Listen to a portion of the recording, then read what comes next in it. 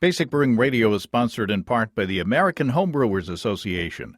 The American Homebrewers Association invites you to choose your own brew venture. Join for 1 year and select a complimentary brewing book from Brewers Publications. Choose from more than 60 titles to match your brewing goals. Visit homebrewersassociation.org/basicbrewing to join the American Homebrewers Association and treat yourself to a new brewing book. Get offer details at homebrewersassociation.org/basicbrewing. That's homebrewersassociation.org/basicbrewing.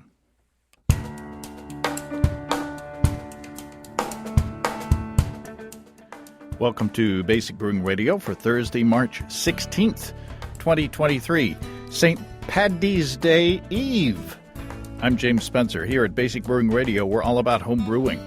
This week, Chris Colby, editor of beerandgardeningjournal.com and author of the Homebrew Recipe Bible, Methods of Modern Homebrewing, and How to Make Seltzer, joins me to formulate a recipe for my Bock, or Helles Bock, a big, delicious golden lager to take us into spring.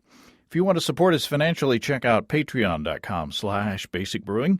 And thanks to everybody who's helping out in that way. If you go to patreon.com/basicbrewing, you can see a long list of stuff that you can access if you sign up as a supporter. Financial supporters have already seen the video episode that I'll post on Friday. It's one where Steve and I sample the Italian Pilsner based on the recipe that Matt Giovanisi of Brew Cabin and I came up with on this show. That was a deliciously hoppy lager. I say was because it's gone. It's all gone. I want to give a shout-out to all of our Patreon subscribers and our sponsors of the show because thanks to your support, I booked plane tickets and hotel accommodations for HomebrewCon in San Diego in June. Steve Wilkes and I are really looking forward to returning for the third HomebrewCon at that location. We hope to see you there. We're also going to Chicago in May to meet up with Greg McGill from New Zealand and Ken Kazmersky to sample Ken's hot dog beer, and then the next day go to the Ballpark Brew Fest that weekend. It's not just for fun. We're going to record as many shows as we can on these trips, so it is work, quote-unquote work.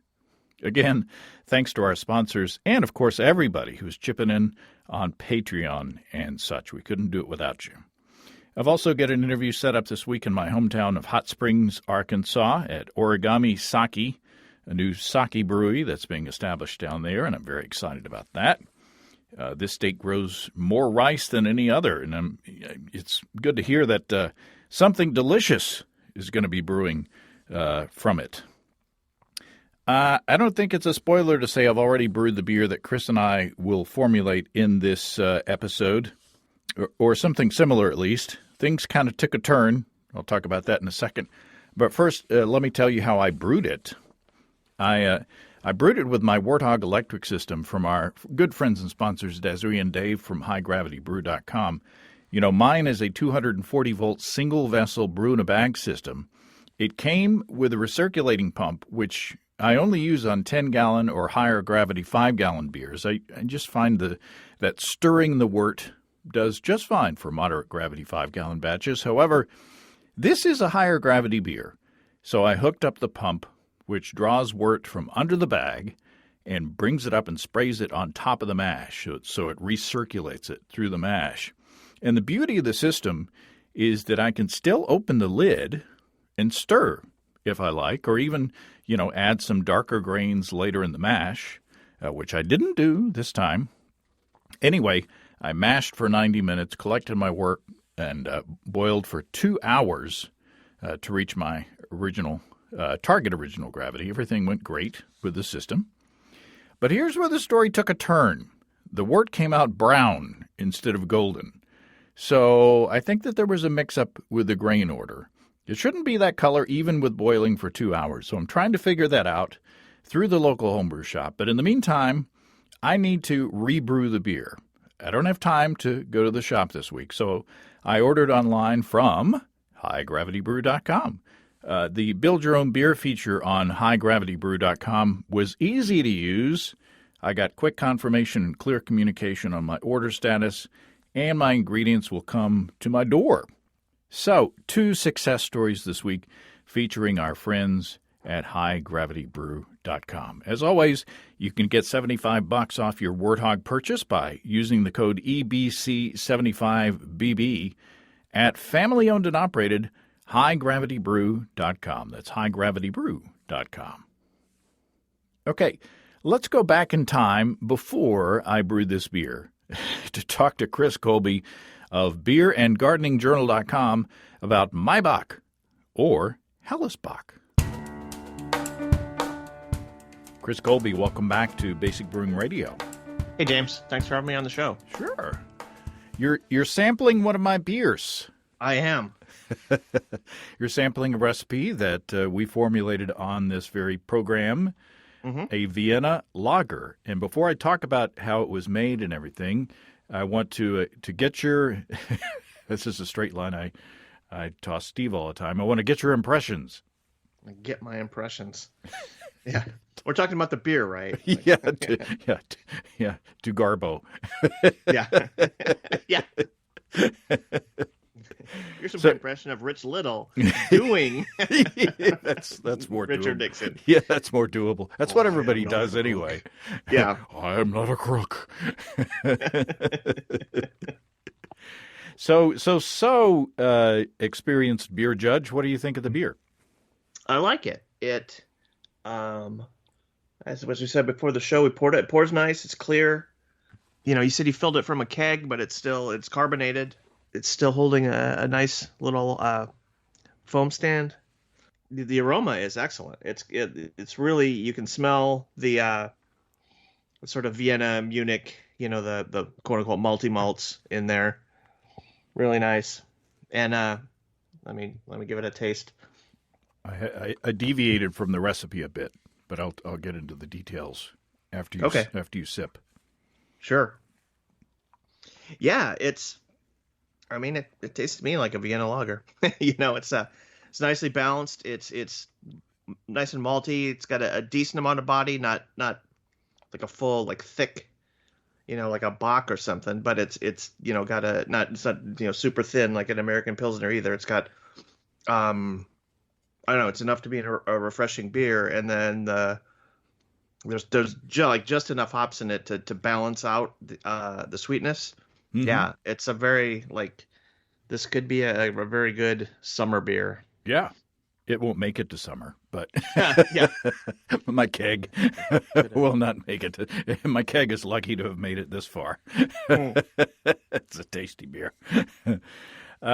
Steve and I. This is a great everyday beer. Yeah, for sure.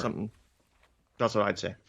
Well, Steve and I tasted it on the video show the other day, and we tasted it after my Italian Pilsner, which I also sent you. Which, maybe if we have time at the end of the show, maybe you could sample that as well and let me know what you think of that. But sure, in that sampling order, we liked this beer a lot. At that time, I'm not sensing it at this time, but at that time in that tasting order, it was just a teeny bit roasty for our palates. But but I'm drinking it now, just not my first beer of the day, and I don't feel that way.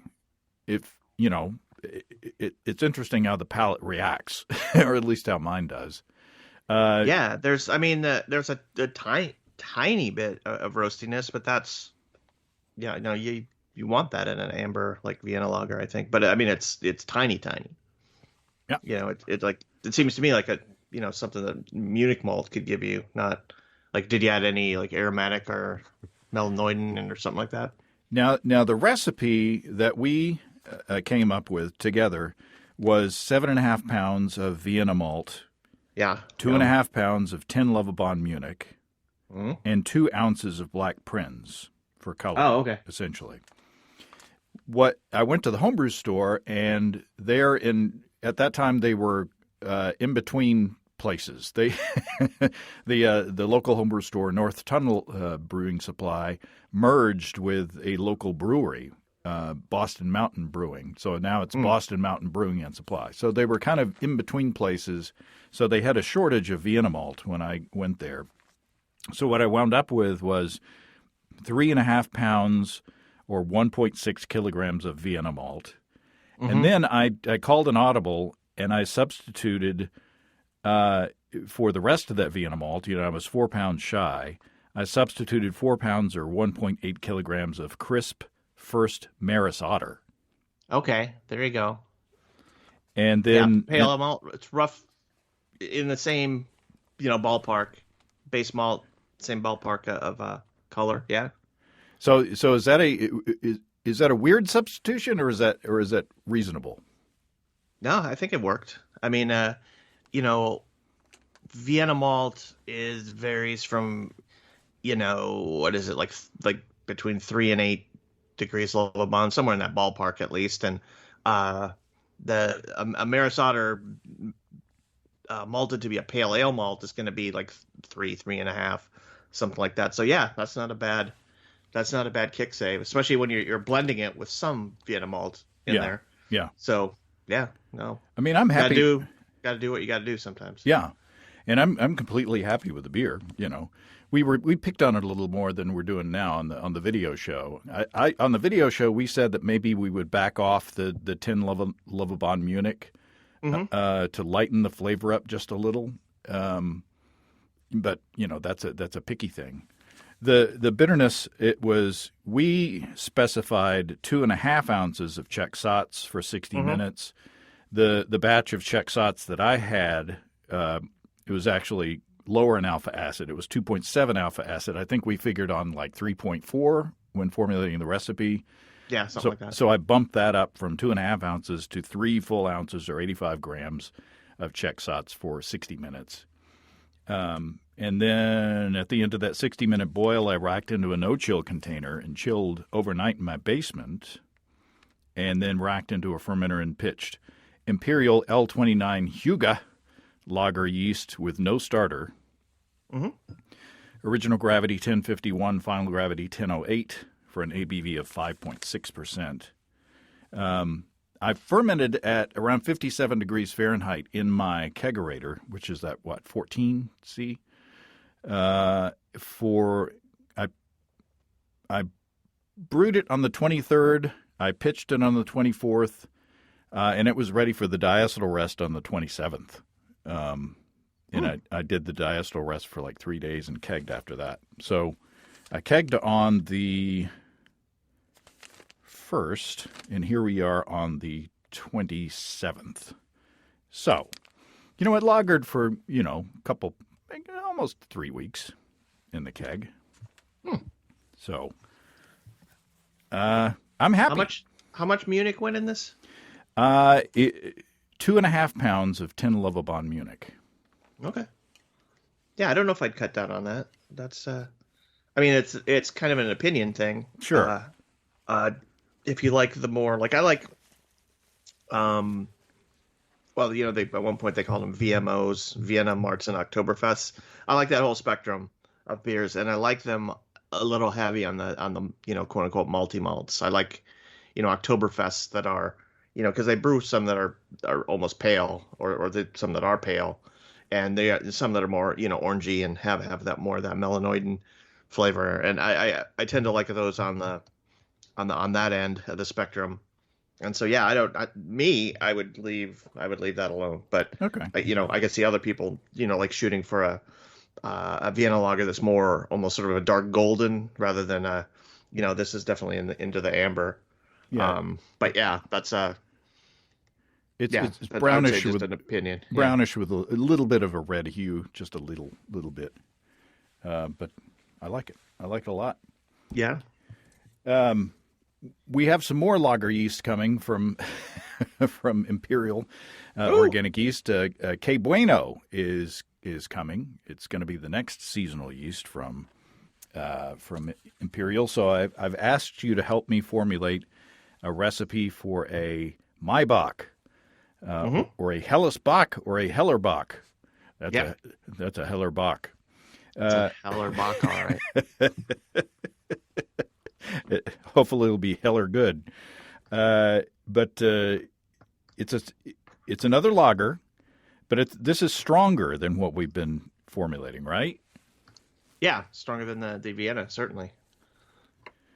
So where do we start on our my Bock recipe? I've always liked the flavor of Bock's, and there's a certain Bockiness that I can't describe. There's a certain je ne sais quoi, as the Germans say. There's a certain I don't know what that it makes it a Bock. So let's start with the malt bill. Where do we start?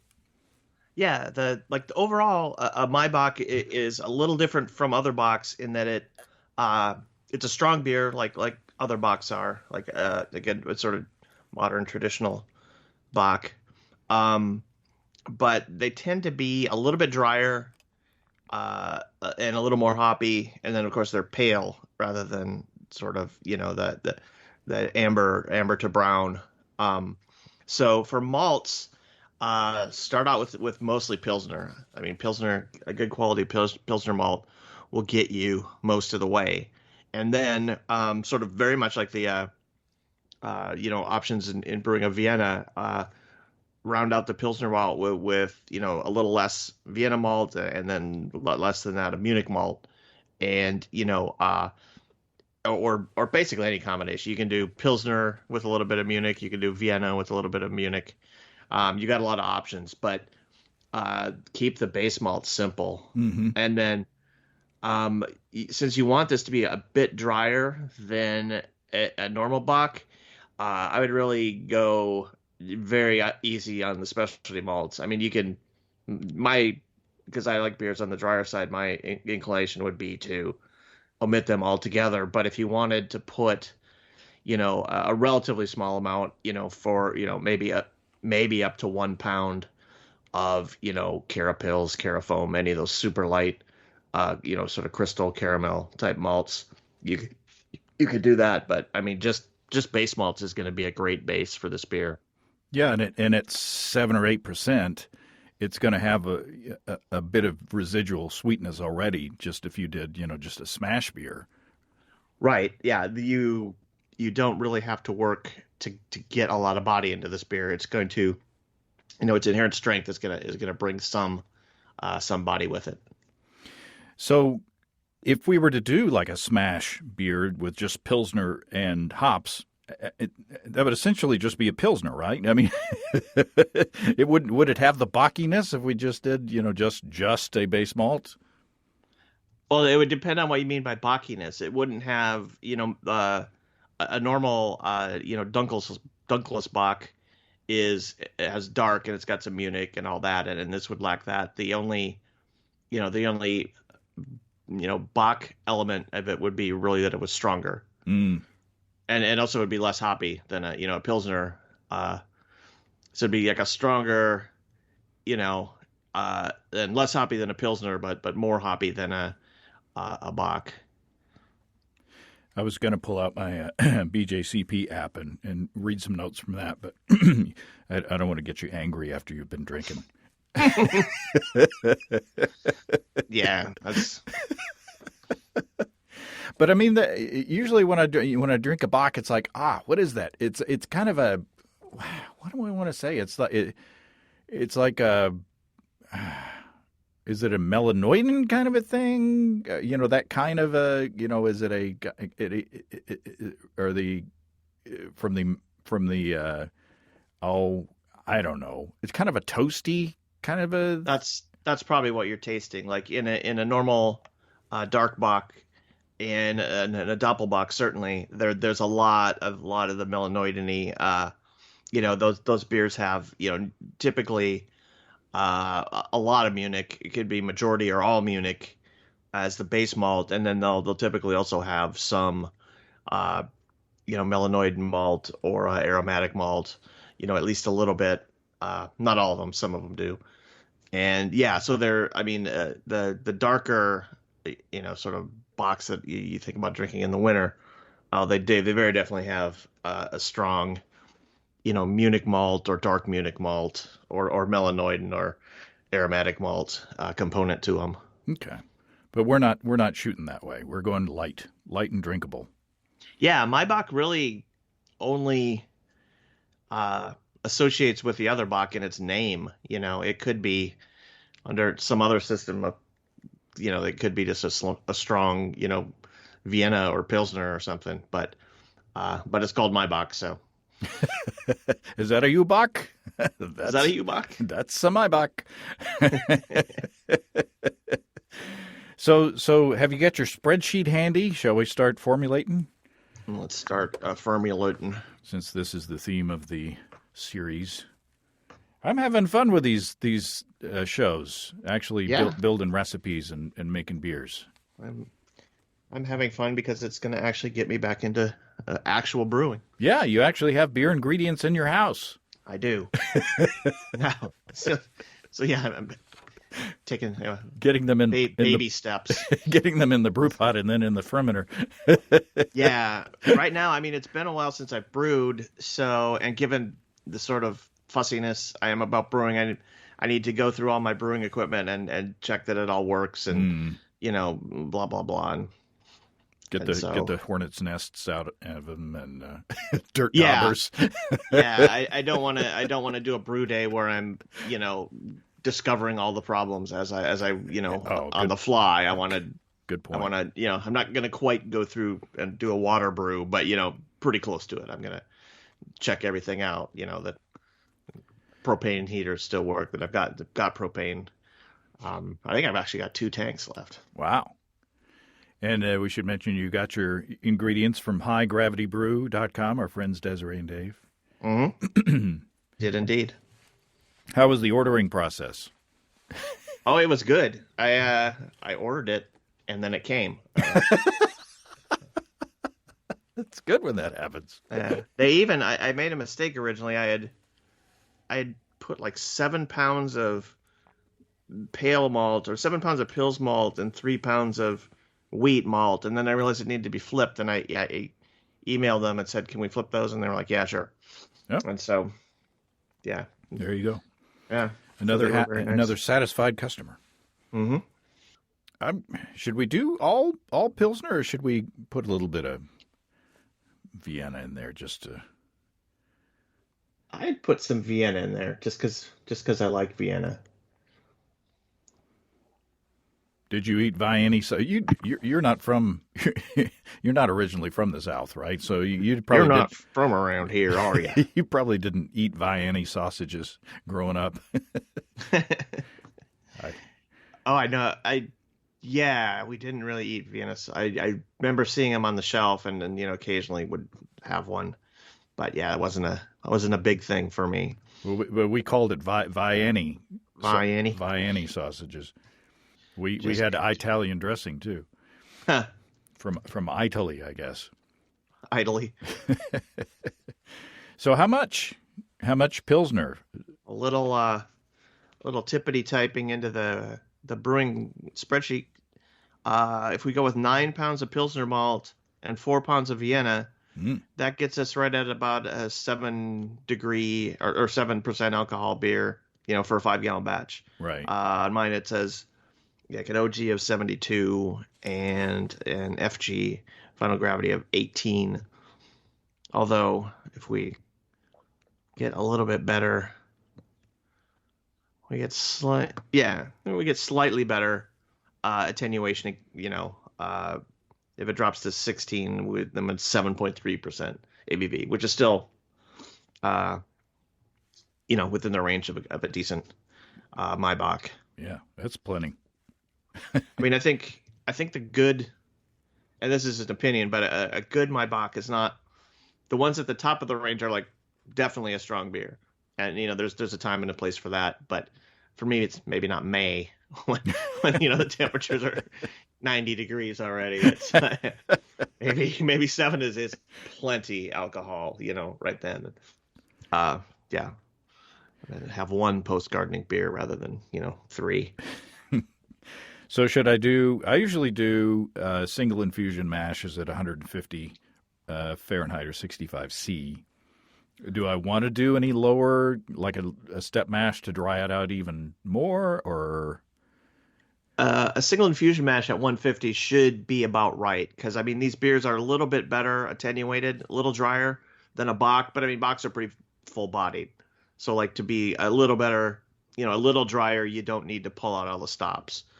I mean, if you wanted to, like especially if you were brewing towards the higher end or a little bit over the suggested range, then maybe do a step mash where you mash into 140 and hold it there for like 15 minutes or to a half hour, and then ramp it up to like 152 or something. But in general, a single infusion mash should be just what the doctor ordered.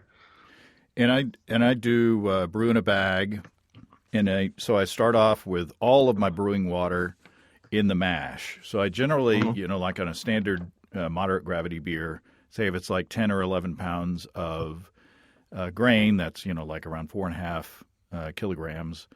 I'll just do 8 gallons or 30 liters of water. But if I'm going to step this up from or to what do we say, 7?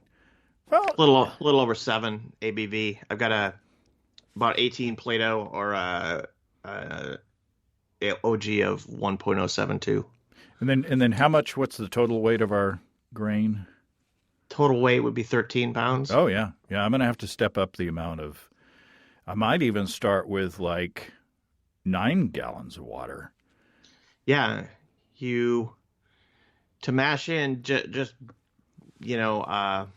normally you'd need about 4.5 gallons, but then if you're doing it all, without any sparging or whatever, it might very well be close to 9 gallons. Yeah, and I can always boil longer to get down to the starting gravity, that I want. Yeah, and you'd have to if you did it the normal way with a continuous sparge, you'd want to collect about between 8.5 and 9.5 gallons of wort, depending on how, if you're a lower gravity one to a higher gravity one, and then so that's if you got 9 gallons of wort, that's going to take more than that's the 60-minute boil to get it down to 5 gallons. Right, and we've had lengthy conversations, whole shows in the past about mashing for high gravity beers, and how if you mash with the standard amount of water that you normally do, you don't magically get twice the gravity that you need to rinse those sugars out. You need to use more water to extract the sugars, and then boil it down later. There's some math that goes involved in there. You can't. For example, if you're doing a big old barley wine and you want to start off at like 1090, you've got to essentially start off with twice as much pre-boil volume to get you down to where you want to be in the end. And that's just, it doesn't make sense at first, but then when you think about it, it does. Speaking of which, I think I have an article on this current Zymergy. How about that? Oh my! At least I wrote them and sent them an article and said, hey, maybe you guys can use this. And then the other night, my friend Matt Crispin said, oh, hey, I looked your recent article in Zymergy. And I was like, that's out? I don't know. Nobody told me. So it may or may not, assuming. Oh well, I've got the most recent issue of Zymergy. I need to look more closely. I haven't thumbed through it yet. Chris's article on how much wort to collect is in fact in the recent issue of Zymergy, which you'll get when you become a member of the AHA at homebrewersassociation.org/basic brewing. Again, we're hopping back and forth in time, but I want to tell you about how the fermentation went with this beer. I did hit my target original gravity of 1070, and with a fairly high gravity lager, I wanted to make sure that I had enough yeast to do the job. Eben from our sponsor Imperial Organic Yeast sent me some fresh packets of the current seasonal yeast L09 Que Bueno. I dusted off my stir plate and pitched those 200 billion cells into a 2-liter starter. Luckily, I also put in a few drops of FermCap S in there too, because I checked back about an hour and a half later and the starter was already very active. It was done the next morning, and it started to flocculate when I turned off the stir plate. So I gave it another day, and I put it in the flask into the fridge so that everything would settle out, and I'd be able to easily pour off the beer and just pitch the slurry. In the meantime, I checked some online yeast pitching calculators, and they recommended that I step up the yeast 2 more times before pitching into that wort. But I didn't do that. I pitched the dregs of the Que Bueno from the 2-liter starter into about 5 gallons at 1070 and added about a minute of oxygen. That was around 10 o'clock in the morning. By 4 o'clock that afternoon, fermentation was fully involved. Yeast flying around in there, foam on the top. Forget stepping up 2 more times. I'm wondering now if I needed a starter at all. I don't know. It's always, this is going to be a really clean, nice, crisp beer. So, it doesn't hurt. I'm always amazed at the vigor and the viability of Imperial organic yeast. Really looking forward to this, to tasting this beer. Ask your local homebrew shop about L09 Que Bueno from Imperial Organic Yeast and check them out at imperialyeast.com. That's imperialyeast.com. So once we collect our wort for the boil, the length of time of the boil is going to depend on the gravity and the volume that we want into the fermenter. What about hopping? Are we going to get fancy with hops, or is it just about the bitterness? For this kind of beer, my Bock's a little bit hoppier than a German Bock, but not outrageously. Like, it doesn't become an IPA or anything like that. So what you really want is just some sort of neutral, probably noble if you want to be more traditional, some sort of hop variety without a strong varietal character. Hop into, somewhere in the ballpark of 30 IBUs. You can go a little bit higher, you can go a little bit lower. And then that's really all you need. If you want, because, you have the option, if you want to add a little bit of hops, in late in the boil or at knockout or in the whirlpool or something, you could add up to like a half ounce of something, like Hallertau or Tettnang or Satz or something like that. But really, for the more traditional, you'd go with just a bittering addition. And do, probably best bet would be something like Magnum or, some other German high alpha hop. And to get you, depending on how much of a hophead you are, get you to at least 30, maybe up to 40. So, and since I like, if I only do a 60-minute edition or a beginning of the boil edition, I could do no chill like I did with this beer that we're drinking right here.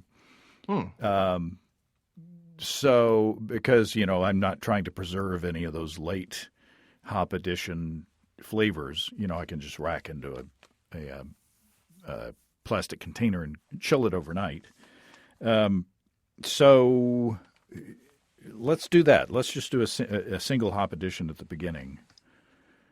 Okay. So if you let me just try something out. Okay. Yeah, I do remember how to formulate beer recipes, actually. Yeah, crazy. If you go with a high alpha hop, something's like 16%, which is in the range of Magnum, then just a half ounce of that gets you where you want in a 5-gallon batch. Wow. Or let's try something else. Let's say you find a 12, and I think let's see point. No. Yeah, if you had 12% alpha acids, then 2/3 of an ounce would do you. Okay. That's for 30, and then if you wanted to bump it up like a little bit, it's your choice. So I could figure that out. I could go to the homebrew shop and look at the packages and see which hop. The hoppier you make it, the more it would just be like sort of a Imperial Pilsner, though. Like, because Bocks are generally, even this one, which is hoppier than a normal Bock, it's still not, it's still not IPA hoppy or even Pilsner hoppy, really. It's more about the balance. Yeah. Okay, that's easy. So far, this is easy. I like this beer. Yeah. And then we've got our packet of Que Bueno coming, which has 200 billion cells. Now, I didn't make a starter for the Vienna lager, and I pitched in the morning and put it into the 57-degree kegerator, and by the next morning it was bubbling without a starter, and it fermented out. It was done. It was slowing down at 3 days, and I did a diacetyl rest, and it tastes pretty dang clean. But this is going to be a bigger beer. Yeah, I would make a starter for this. I mean, I would make a starter for any beer I did, but there's something that I just like about having actively fermented yeast, or recently actively, if Right. I let it flocculate out. But yeah, I would do go to one of those online pitching rate calculators and see what they recommend and get in the ballpark of that. Ballpark or even slightly higher for a beer like this. Because if you're shooting for the dry side, you definitely want to give your yeast every helping hand they can. And then also be attentive on the aeration here when you pitch. Aerate the hell out of the wort. Does Jameel still have the Mr. Multi calculator out there? Haven't looked in a while. I don't know. I hope so. I used to use that all the time. Since I've been using Imperial, I haven't had to make a starter, so but I haven't used that in a while. But yeah, in fact, I've got one of those canned, starter wort things downstairs, that I got at Homebrew Con.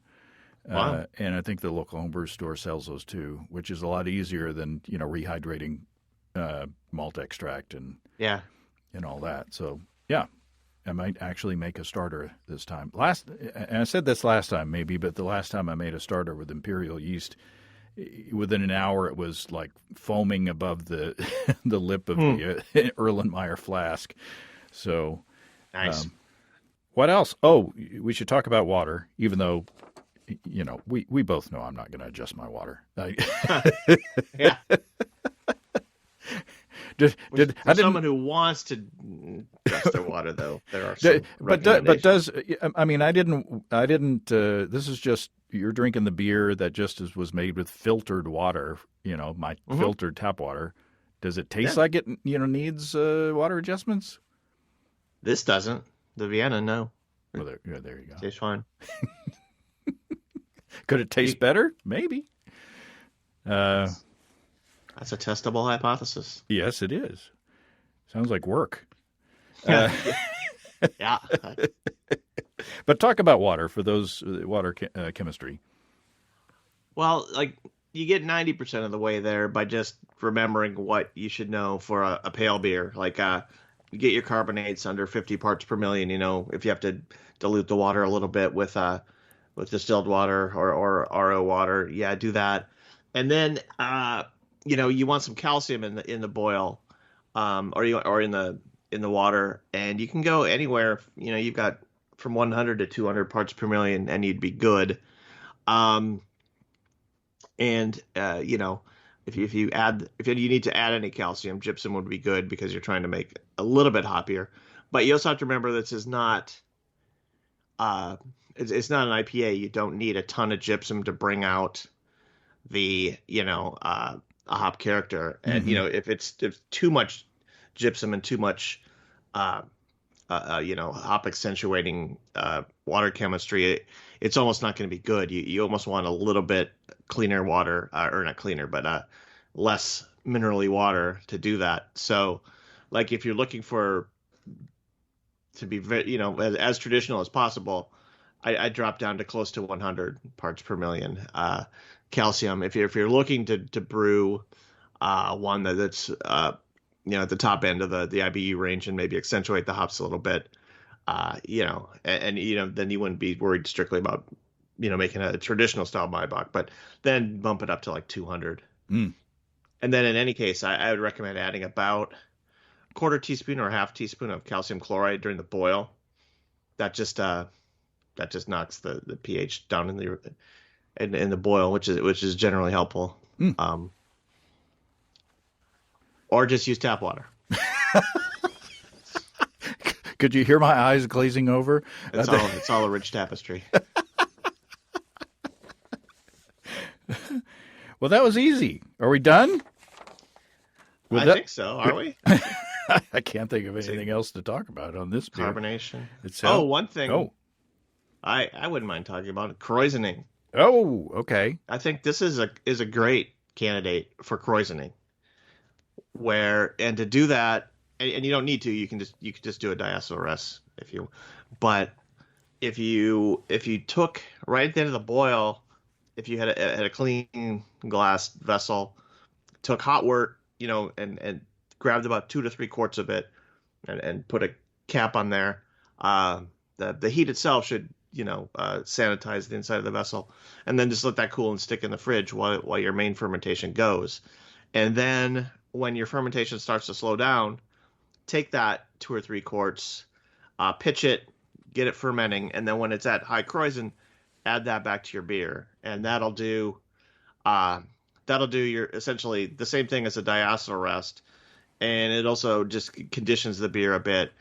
And I mean, not that you would do this, but commercial brewers also will then cap their tank, or they can, depending on how they're set up, and that would also give you the last little bit of carbonation.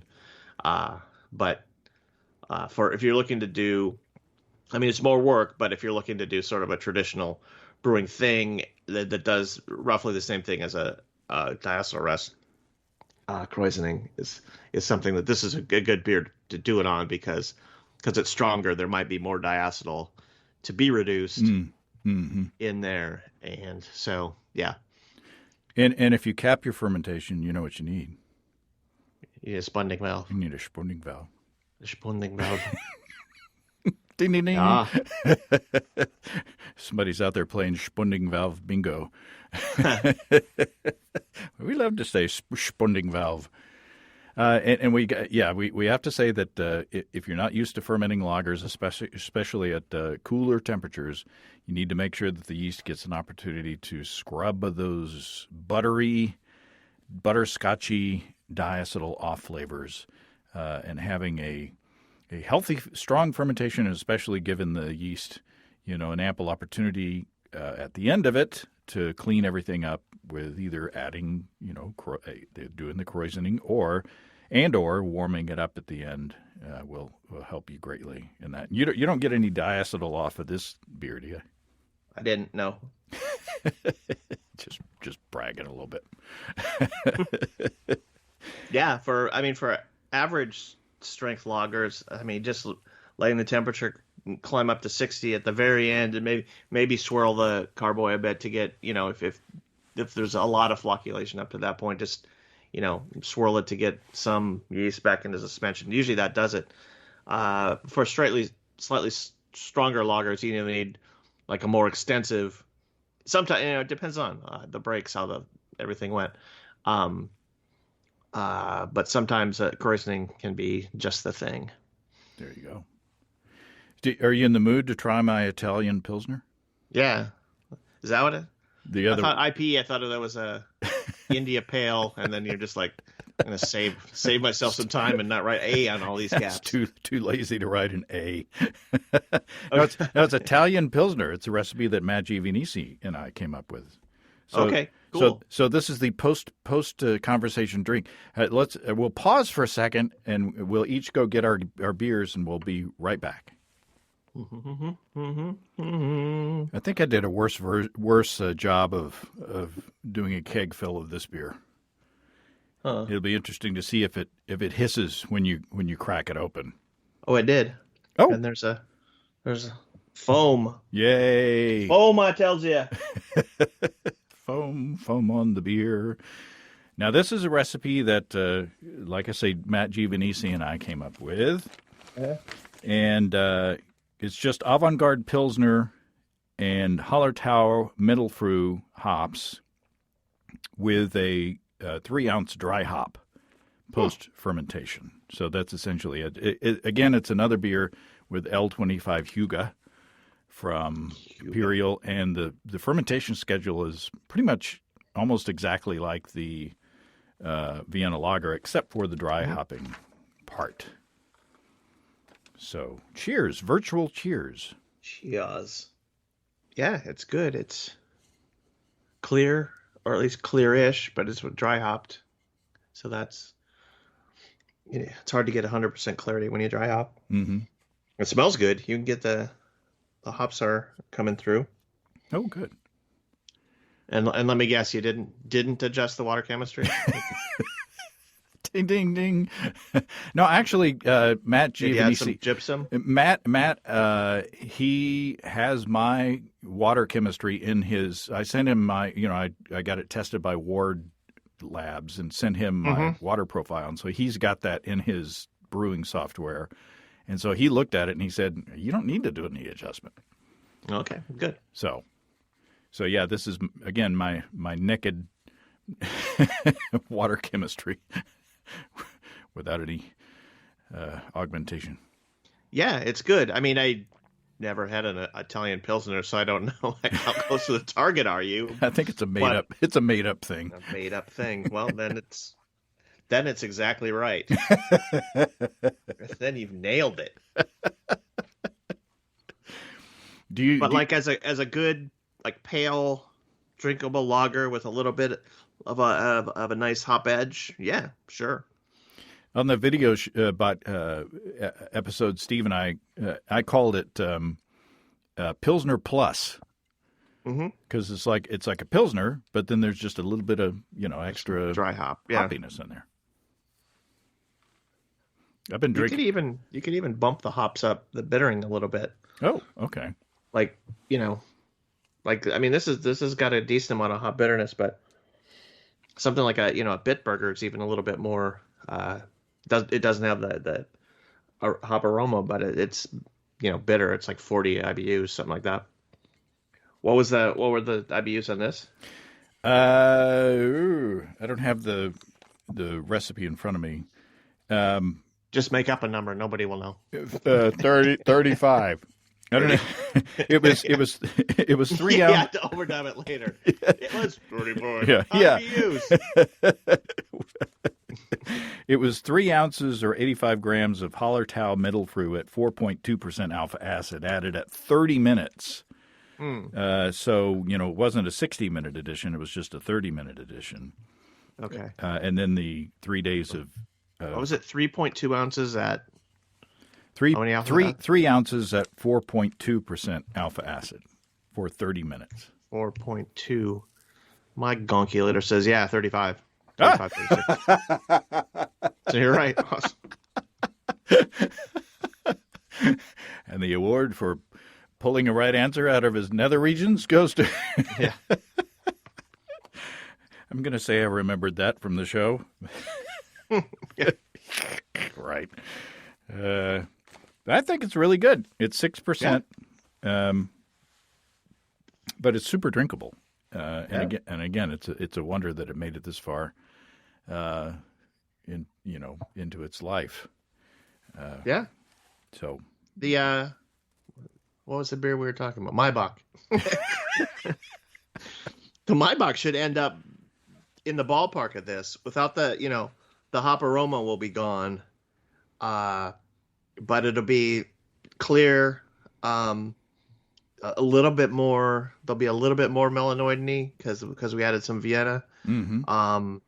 But it'll be and a little bit stronger. But it should be very reminiscent of this. Nice. Like 1% ABV stronger. A little melanoid-y, a little less hoppy. What was your what did this get down to? The final gravity? 1008. Ooh, wow. According to okay, my so the Bock will have more... a little more body. A little more body than that, yeah. As you'd expect for being a little bit bigger beer. Nice. Yeah. Awesome. I'm so really... Send me some Maibach when you brew it. Are you brewing the Maibach? Oh, yeah. I'm brewing the Maibach. Sweet. I'm brewing the Maibach. I'm brewing the Maibach. You bet. Yeah, I'll probably get ingredients this week and then jump on it. Boy, I'm relieved. I sent you 2 beers and they didn't suck. Yeah, that's good. Because I'm not good at lying.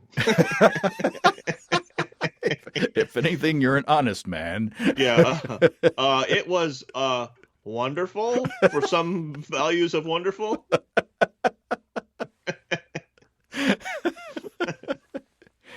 Yeah, I'm not. No, these were very respectable.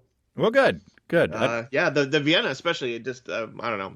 I have a soft spot for those sort of multi lagers, VMOs, as the kids used to say. Yeah. Well, good. I won't ask you to score them with a BJCP score sheet or anything. That's good because I don't want to.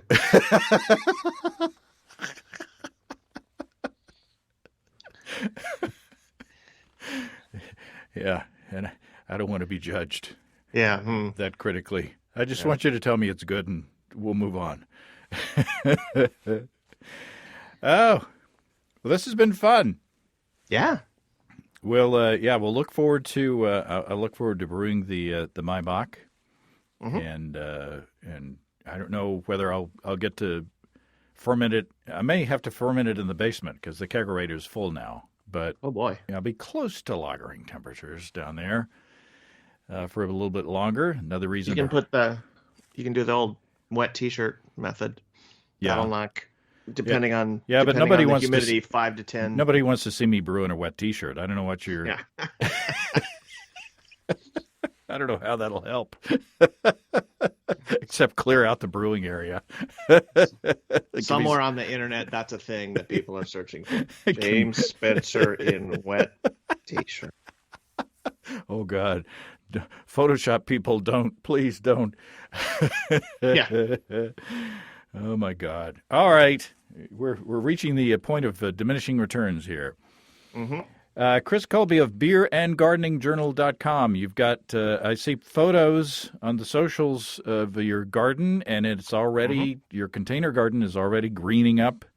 And I assume that the blog, beerandgardeningjournal.com, is going to be full of all the details, as spring wakes up in Bastrop, Texas. Yeah, it's going to be sort of increasingly frequently posted too, and given our unseasonably warm, a late winter, early spring, gardening season is pretty much on like Donkey Kong right now. So, all righty. Well, thank you, sir, and we'll continue this conversation after I hit the stop button. Okie doke. Well, thanks again to Chris. Check out his blog, beerandgardeningjournal.com. And as always, pick up his books, The Homebrew Recipe Bible, Methods of Modern Homebrewing, and How to Brew Seltzer. And look for his articles in Zymergy and Grit. Remember Grit? If you have brewing questions, show suggestions, or just want to say howdy, write to James at basicbrewing.com, or just fill out the contact form on basicbrewing.com. And please don't forget to tell us where you're from. Check out our mobile-friendly shop at basicbrewingshop.com. Thanks to everybody supporting us through our Patreon page. Special goodies coming your way. Check that out at patreon.com/basicbrewing. It's all until next time. Until then, thanks for listening, everybody. I'm James Spencer. Production help for Basic Brewing Radio and our website is provided by Kelly Dodson. Basic Brewing Radio is a production of Active Voicing. We'll talk to you next time, everybody. In the meantime, stay well and stay tuned. So long.